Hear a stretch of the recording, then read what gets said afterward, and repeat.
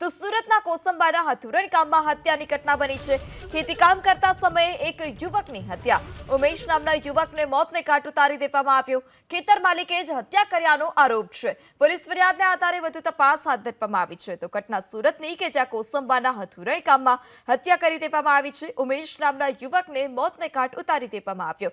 ખેતીકામ કરતા સમયે જ જે માલિક હતો તેણે મોતને ઘાટ ઉતાર્યાનો આરોપ છે। પોલીસે ફરિયાદના આધારે વધુ તપાસ હાથ ધરી।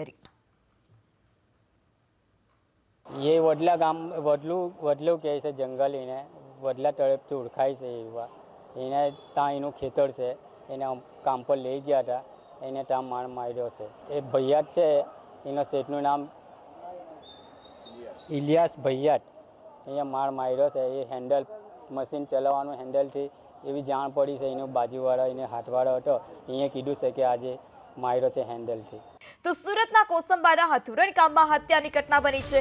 ખેતીકામ કરતા સમયે એક યુવકની હત્યા। ઉમેશ નામના યુવકને મોતને ઘાટ ઉતારી દેવામાં આવ્યો। ખેતર માલિકે જ હત્યા કર્યાનો આરોપ છે। પોલીસ ફરિયાદના આધારે વધુ તપાસ હાથ ધરવામાં આવી છે। તો ઘટના સુરતની કે જ્યાં કોસંબાના હથુરણ ગામમાં હત્યા કરી દેવામાં આવી છે। ઉમેશ નામના યુવકને મોતને ઘાટ ઉતારી દેવામાં આવ્યો। ખેતીકામ કરતા સમયે જ જે માલિક હતો તેણે મોતને ઘાટ ઉતાર્યાનો આરોપ છે। પોલીસે ફરિયાદના આધારે વધુ તપાસ હાથ ધરી।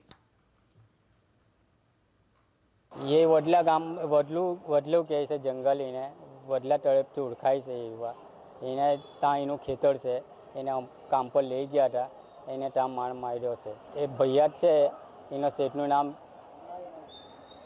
ઇલિયાસ ભૈયાટ અહીંયા માર માર્યો છે। એ હેન્ડલ મશીન ચલાવવાનું હેન્ડલથી એવી જાણ પડી છે એનો બાજુવાળો એને હાથવાળો હતો અહીંયા કીધું છે કે આજે માર્યો છે હેન્ડલથી।